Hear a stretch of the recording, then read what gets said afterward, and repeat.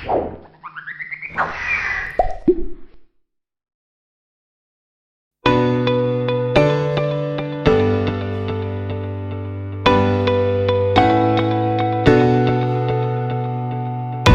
Sobat Muslim, ketemu lagi dengan saya Davin di NH Channel yang membahas seputar agama Islam untuk bekal kehidupan sehari-hari. Di video sebelumnya kita sudah membahas adab masuk rumah. Nah, di video kali ini kita akan membahas kelanjutannya, yaitu adab bagi seorang tamu, khususnya seorang Muslim ya. Nah, seperti biasa, marilah kita awali dengan Bismillah.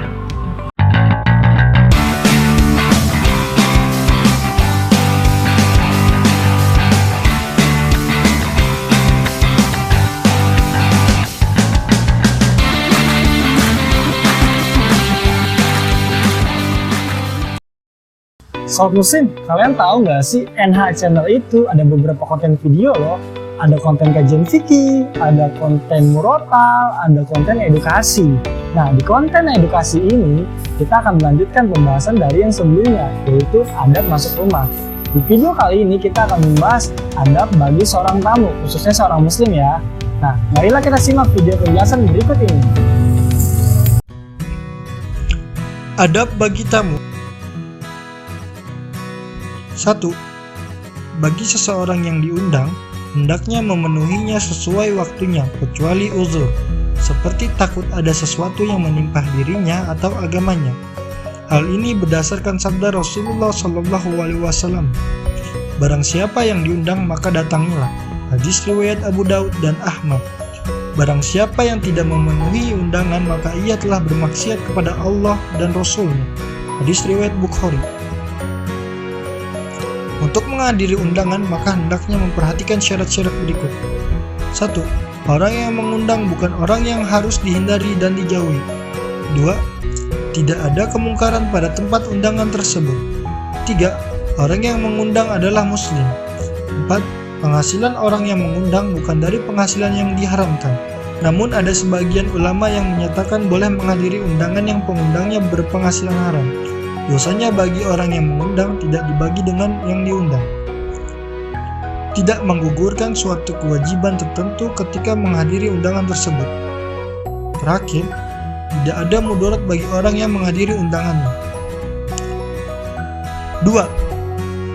Hendaknya tidak membeda-bedakan siapa yang mengundang, baik orang kaya maupun orang miskin. 3. Berniat bahwa kehadiran kita sebagai tanda penghormatan kepada sesama Muslim.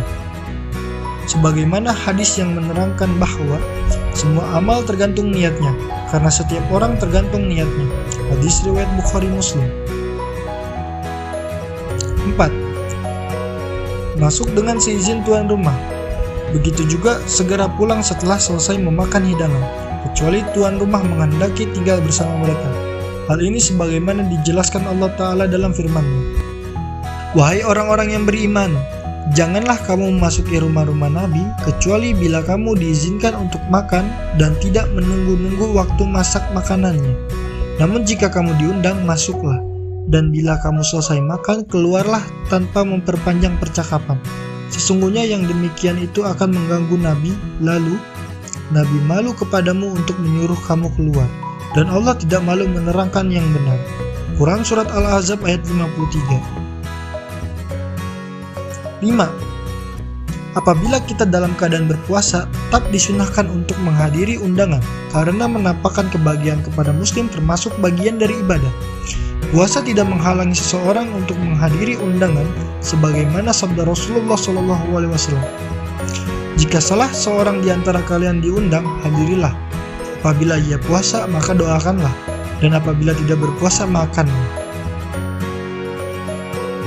6.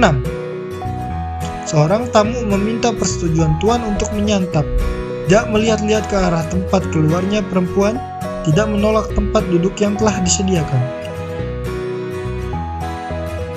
7. Termasuk adab bertamu adalah tidak melirik-lirik kepada wajah orang yang sedang makan.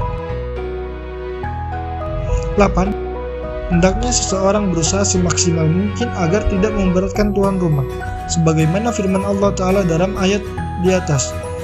Bila kamu selesai makan, keluarlah. Quran Surat Al-Ahzab ayat 53. 9. Sebagai tamu kita dianjurkan membawa hadiah untuk tuan rumah, karena hal ini dapat mempererat kasih sayang antara sesama muslim.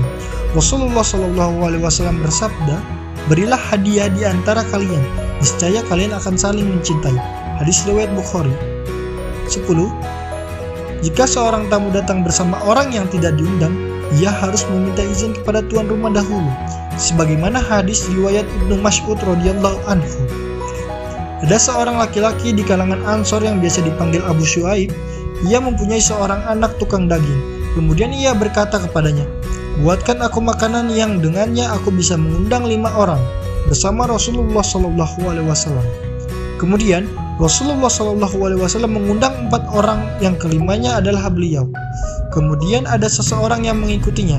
Maka Rasulullah SAW berkata, "Engkau mengundang kami 5 orang dan orang ini mengikuti kami. Bila mana engkau ridho, izinkanlah ia. Bila mana tidak, aku akan meninggalkannya." Kemudian Abu Syuaib itu berkata, "Aku mengizinkannya."